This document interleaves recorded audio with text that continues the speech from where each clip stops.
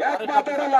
ಸಾಗರ್ ತಾಲೂಕಲ್ಲಿ ಅಂಬಾರ್ಗುಡ್ಡ ಅಂತ ಇದೆ ಗೊತ್ತಾ? ತುಮ್ರಿ ಹತ್ರ ಮರಾಠಿ ಕಾಲೋನಿಲಿ 300 ಜನಕ್ಕೆ ಕೊಟ್ಟಿರೋ ಹಕ್ ಪತ್ರನ ವಜಾ ಮಾಡಿದ್ರು. 300 ಜನರಿಗೆ ಕೊಟ್ಟಿರೋದು. ಜೀವ ಕೈ ಬಿಡಬೇಕು. ಅಲ್ಲಿ ಹಿಂದ್ಗಡೆ ರೆಸಾರ್ಟ್ ಇದೆ, ಮುಂದ್ಗಡೆ ಕಾಲೇಜ್ ಇದೆ ಯಡಿಯೂರಪ್ಪನವ್ರದ್ದು. ಅಭಯಾರಣ್ಯನೇ ಅಂತ ತೀರ್ಮಾನ ಮಾಡಿದ್ರು. ಸಿದ್ದರಾಮಯ್ಯನು ಮನೆ ಅರ್ಜೆಂಟ್ ಮೀಟಿಂಗ್ ಕರೆದು ಯಡಿಯೂರಪ್ಪನವ್ರ ಕಾಲೇಜ್ ಬಿಡಲೇಬೇಕು. ನಾವು ಅವರು ರಾತ್ರಿ ಹಗಲೆಲ್ಲ ವಿರೋಧ ಪಕ್ಷ, ರಾತ್ರಿ ಆಡಳಿತ ಪಕ್ಷ.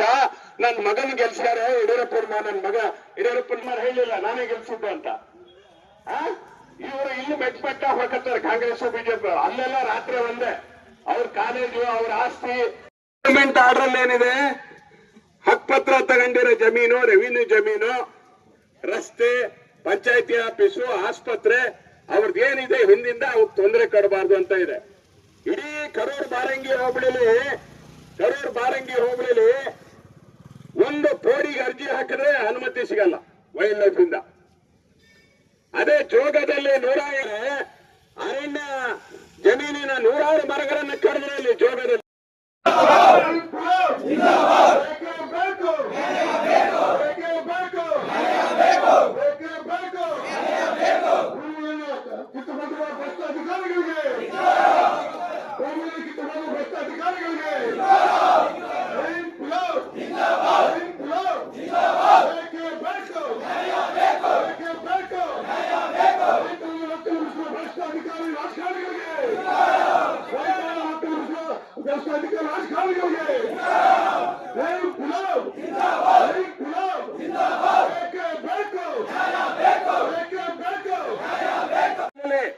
ಯಾಕೆ ಮಾತಾಡಲ್ಲ?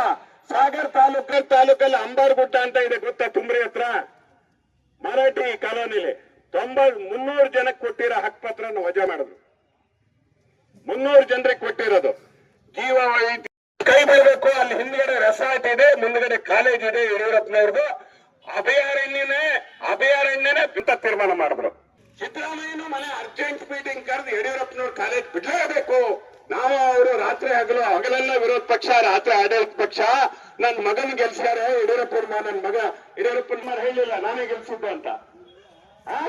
ಇವರು ಇಲ್ಲಿ ಮೆಟ್ಟ ಹೊರಕತ್ತಾರೆ ಕಾಂಗ್ರೆಸ್ ಬಿಜೆಪಿ. ಅಲ್ಲೆಲ್ಲ ರಾತ್ರಿ ಒಂದೇ. ಅವ್ರ ಕಾಲೇಜು, ಅವ್ರ ಆಸ್ತಿ, ಗವರ್ಮೆಂಟ್ ಆರ್ಡರ್ ಏನಿದೆ, ಹಕ್ಪತ್ರ ತಗೊಂಡಿರೋ ಜಮೀನು, ರೆವಿನ್ಯೂ ಜಮೀನು, ರಸ್ತೆ, ಪಂಚಾಯತಿ ಆಫೀಸು, ಆಸ್ಪತ್ರೆ, ಅವ್ರದ್ದು ಏನಿದೆ ಹಿಂದಿಂದ ಅವ್ರಿಗೆ ತೊಂದರೆ ಕೊಡಬಾರ್ದು ಅಂತ ಇದೆ. ಇಡೀ ಕರೂರು ಬಾರಂಗಿ ಹೋಬಳಿಲಿ ಒಂದು ಪೋಡಿಗೆ ಅರ್ಜಿ ಹಾಕಿದ್ರೆ ಅನುಮತಿ ಸಿಗಲ್ಲ ವೈಲ್ಡ್ ಲೈಫ್ ಇಂದ. ಅದೇ ಜೋಗದಲ್ಲಿ